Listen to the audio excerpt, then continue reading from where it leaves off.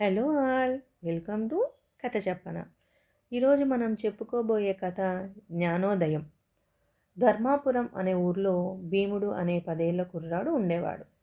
అతడు చిన్నప్పుడే అమ్మ నాన్న చనిపోయారు. అందుకోసమని వాళ్ళ మేనమామ గారింట్లో పెరుగుతాడు. కానీ భీముడు ఎంతో సోమరితనంతో ఉంటాడు.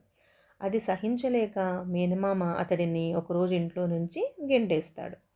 భీముడు సంగతి తెలిసి ఆ ఊర్లో ఎవ్వరూ తనని చేరదీయలేదు. దాంతో భీముడు పక్క ఊరికి వెళ్తాడు.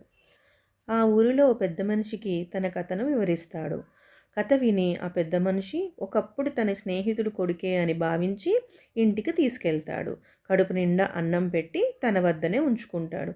పెద్దాయనకు ఒకగానొక కొడుకు పట్నంలో స్థిరపడిపోతాడు. కానీ ఈ ముసలి వాళ్ళు మాత్రం వాళ్ళకున్న 1 ఎకరం పొలం చూసుకుంటూ ఈ ఊరిలోనే ఉండిపోతాడు.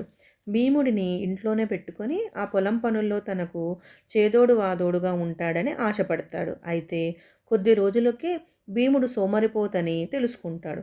కానీ అతడిని ఇంటి నుంచి గెంటివేయక తనకొక గుణపాఠం నేర్పించాలని అనుకుంటాడు పెద్ద మనిషి. ఒకరోజు పొలంకెళ్ళి కూరగాయలు కోసుకురమ్మని చెప్తాడు. ఒక పెద్ద గంప ఇచ్చి భీముడిని పొలానికి పంపిస్తాడు. భీముడు మాత్రం అతి కష్టం మీద గంపలో కొన్ని కూరగాయలు మాత్రమే కోసుకొని వస్తాడు.